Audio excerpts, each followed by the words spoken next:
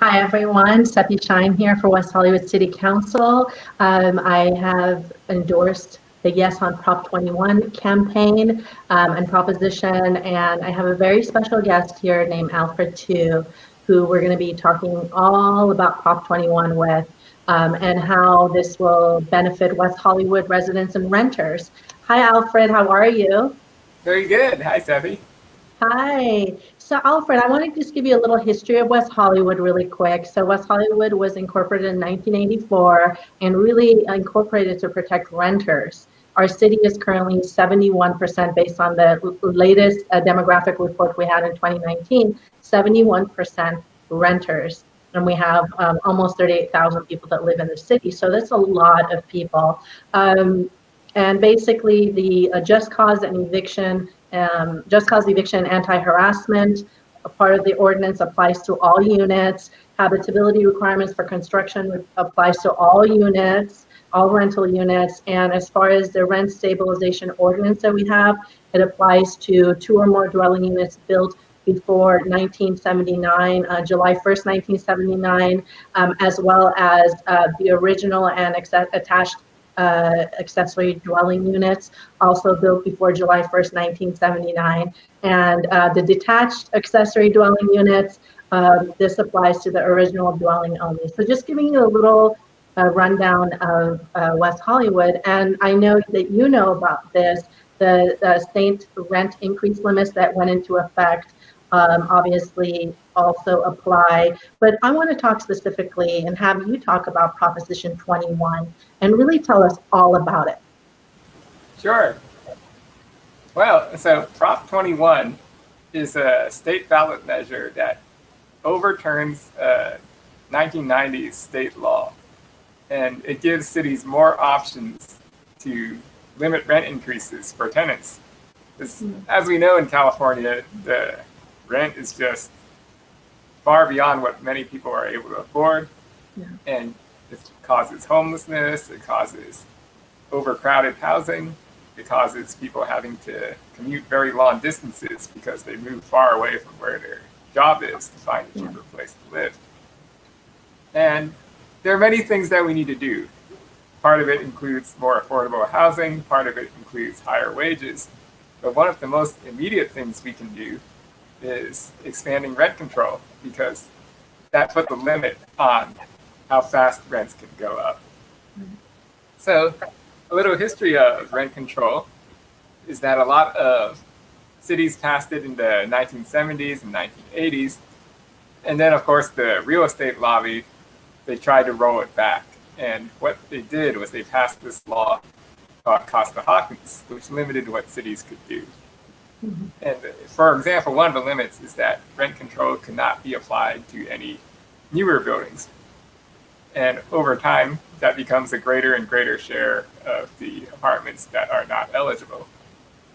And it also said that rent control couldn't be applied to houses, which has become a huge issue recently because after the 2008 foreclosure crisis, these large Wall Street companies came in and bought up thousands of suburban homes and turned them into rentals, which meant people didn't have opportunities to get into home ownership.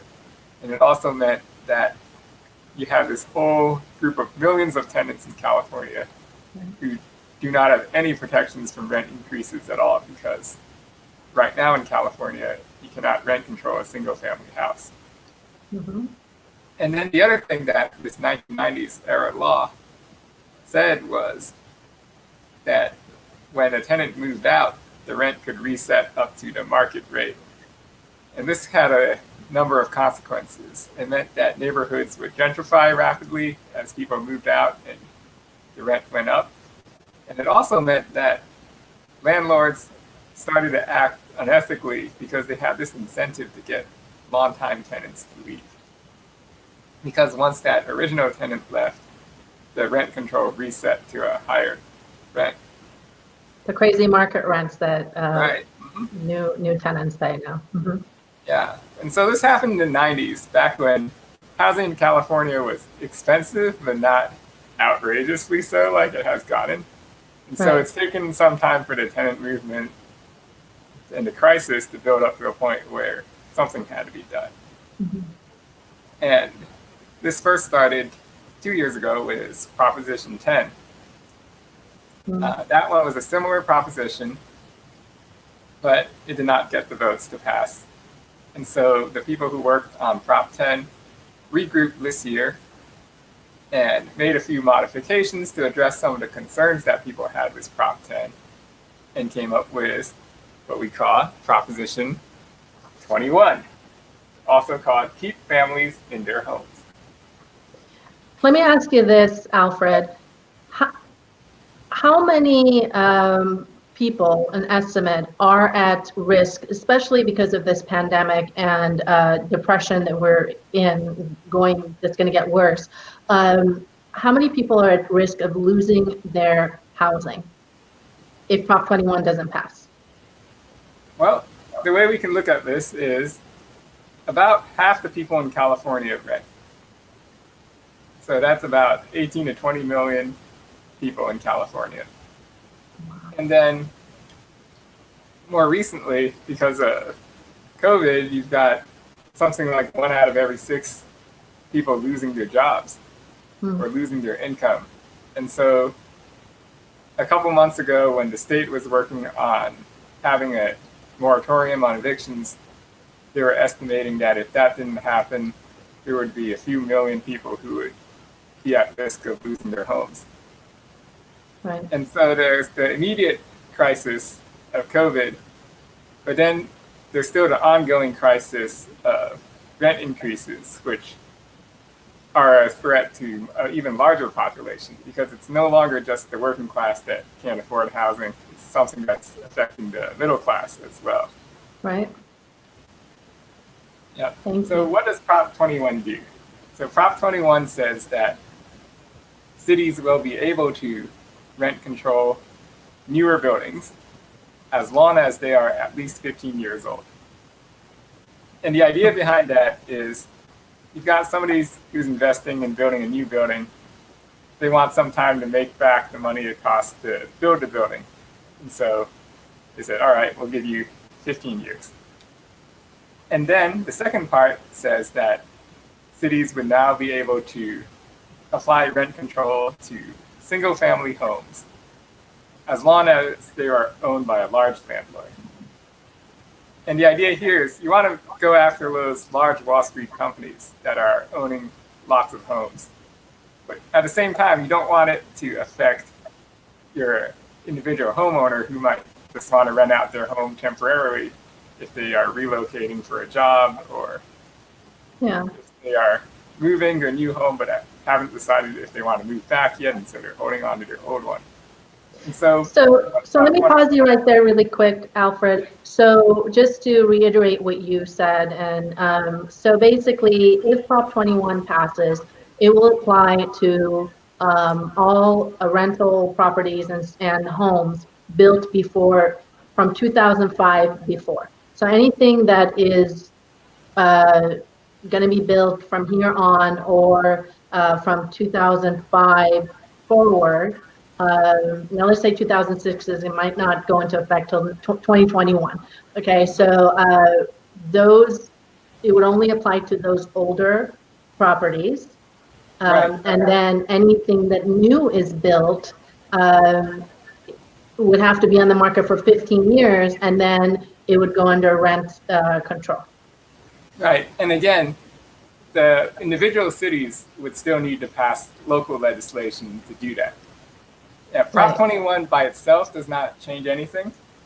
It just gives individual cities more options, and that's why things such as city council elections become very important this year, because it will be up to the city councils to decide whether to either put in legislation to expand rent control to these newer buildings, or to put a ballot measure to expand it to newer buildings if that's necessary. That's really important. So it gives more power to cities and brings the power to the cities. It doesn't actually change anything. So if this passes, then in West Hollywood City Council, we would get to then expand our rent stabilization ordinance and include the provisions of Prop 21. That's right. Yeah, because this really is about having local control to fit the unique circumstances of every California city. Great. The current That's system really of rent control works okay in places like San Francisco, where most of the buildings are apartments and most of them are very old.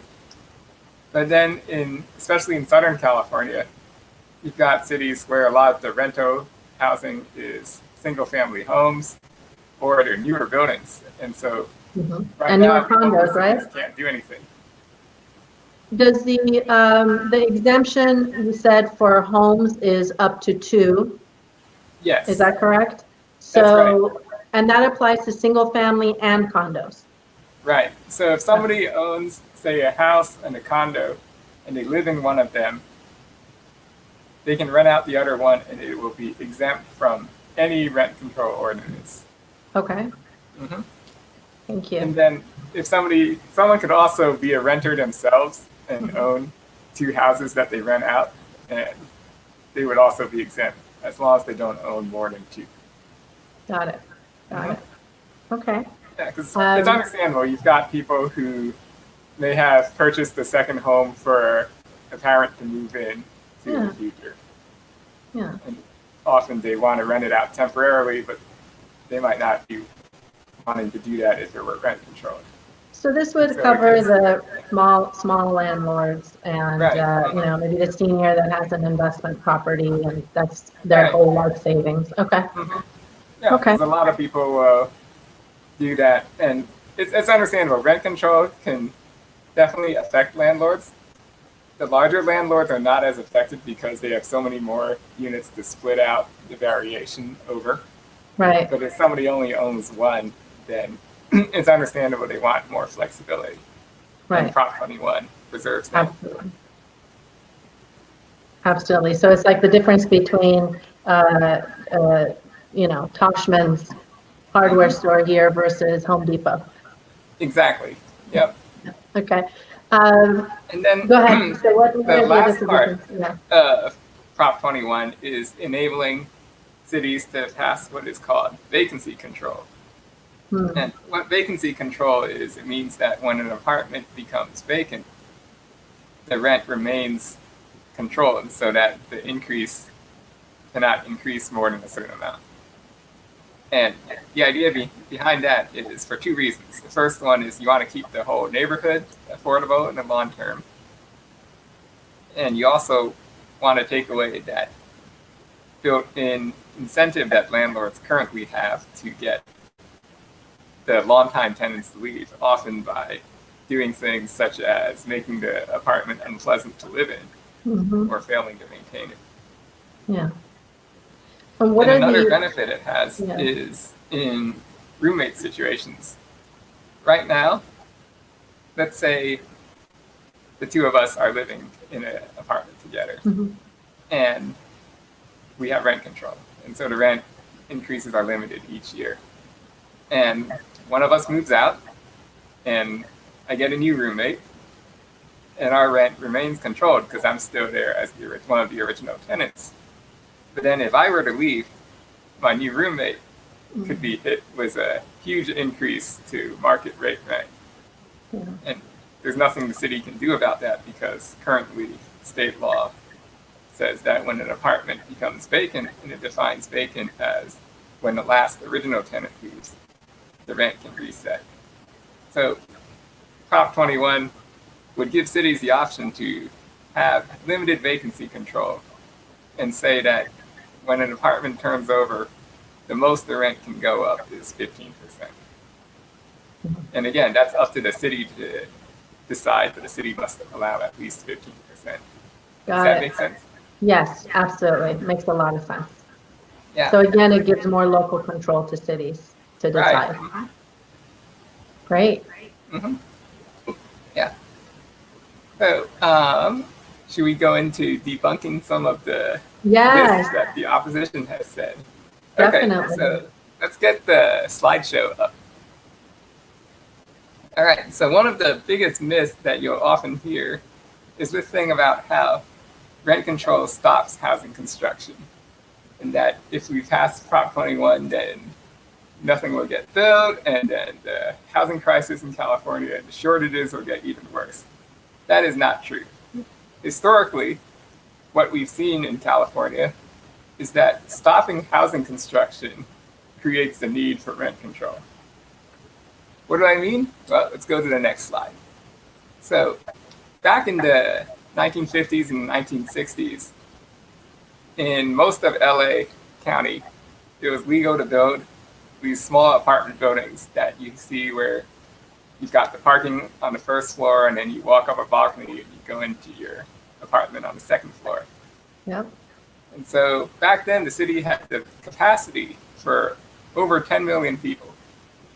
But then a lot of these exclusive suburbs, they started changing their zoning and prohibiting any new apartment buildings. And so even as the city grew and more people moved to SoCal, the number of homes that could be built kept going down. And eventually by the 70s and 80s, there was a crunch where suddenly there weren't enough homes for everybody. And then the prices began to be bid up. And so it was only after the housing construction had been stopped by zoning that the need for rent control became a huge issue. And that's when places like Los Angeles, like West Hollywood, started passing rent control ordinances. And I live up in Berkeley, and we saw something similar going on. In Berkeley used to be the same, where you could build an apartment building pretty much anywhere in the city. But then in 1973, this law was passed called the Neighborhood Preservation Ordinance. And what it did was it limited apartment construction to just a few streets downtown. And then the following year, the city passed the Landmarks Preservation Ordinance, which said that a lot of the downtown buildings were landmarks and could not be redeveloped. And so suddenly there's nowhere to build any new homes in the city, even as the number of jobs, the number of students in Berkeley was increasing. And from 1970 to 2000, the city only built about 20 homes every year. And rents started going up dramatically. And so it was only after that crisis had been caused that the need for rent control became clear. And the city passed temporary rent control in 1978 and a permanent rent control in 1980. And so this is what, if you see people saying that, oh, rent control stops housing production, you got to flip it around and tell them that it's the lack of housing production that creates the need for rent control. Got it. Yeah. And it's true that California absolutely needs more housing production, but it's going to take us a long time to dig out of this hole that we've gotten into. Right. And in the meantime, rent control is that short-term thing that keeps people in their homes right now. Because without it, the people who are currently living here will be long gone by the time the new buildings are ready. Absolutely. Yeah. And then the other issue that you sometimes people might say is, is if the buildings will eventually be rent controlled, then it might not be profitable enough to build new ones. And the answer to that is we've got the 15 years. So 15 years is actually kind of a long time. I mean, if you think about how much has happened in just the last 7 months, 15 years is a while.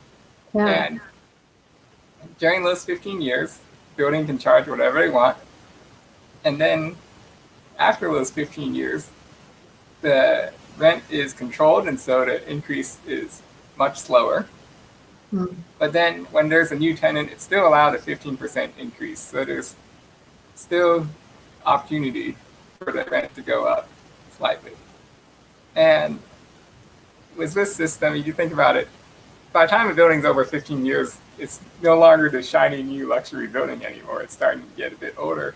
And at which point, there should be newer buildings that are more attractive anyway. So typically developers don't expect buildings that get older and older to cost more and more to rent. That just doesn't make sense. you think about it, like when you buy a new car, it gets cheaper over time. When you buy clothing, eventually it gets used, it becomes cheaper.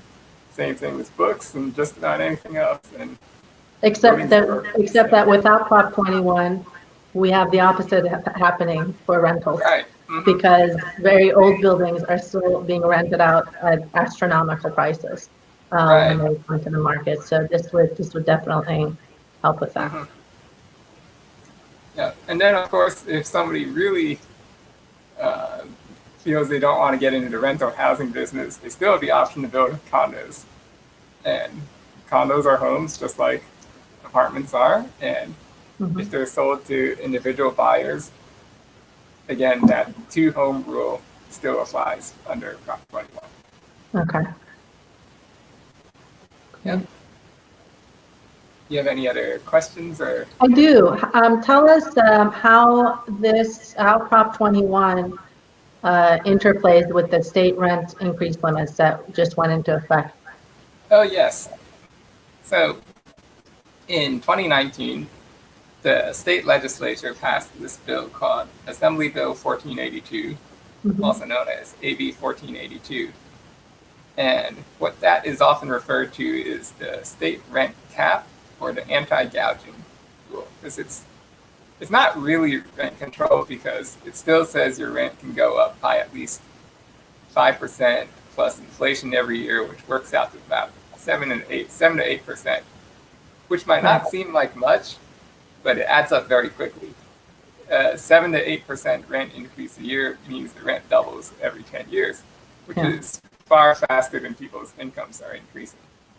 And so while AB 1482 helped stop some of the most egregious stories of rent gouging, where you heard of landlords doubling people's rent or more, it's still not a very long-term solution. In fact, it's set to expire in a few years. And so that's why cities still need the option to have the stronger forms of rent control. Definitely, thank you. How does developer money play into this that gets poured into campaigns, by the way? I mean, currently in the campaign I'm running in, I think I'm one of the only endorsed candidates that has pledged not to take developer money, and I haven't. The two incumbents have taken the majority of their money in developer money. And let's talk about developer money and the effect on housing, renters, how that all interplays. Right.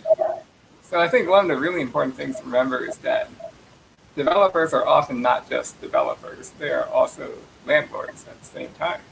When they go into the real estate business, they're looking at, well, do we build a building or do we buy a building? And often these companies are doing both. And so often developer money is not separable from landlord money, which becomes an even bigger red flag, especially in cities where the cities are trying to limit the rent increases. Right. And over where I live in Berkeley, we have what's called the public financing program, where the city says you're limited to only taking $50 from any person. You cannot take any corporate money whatsoever, but the city will match the money that you raise 6-1.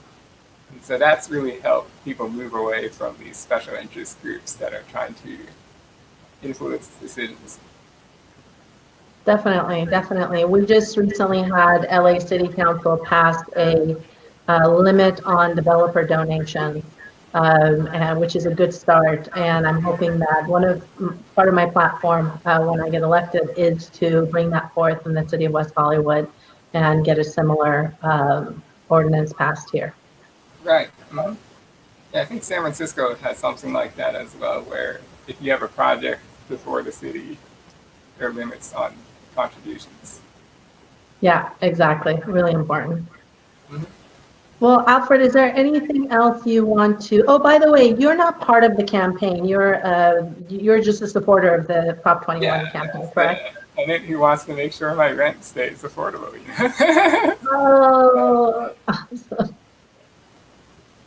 Absolutely, absolutely. Well, I really appreciate you. This is such an important topic for, especially for a city like West Hollywood that was Right. really created to protect renters, and Costa-Hawkins has really limited us in so many ways in stopping economic displacement. And Prop 21 is a very, very fair and reasonable proposition that will Right. help to stop economic displacement, save a lot of people from losing their homes, and save a lot of people, because then you can potentially, once it's passed and the city has the ability to go ahead and add the provisions to our ordinance, it will give us a lot of more power to protect our renters.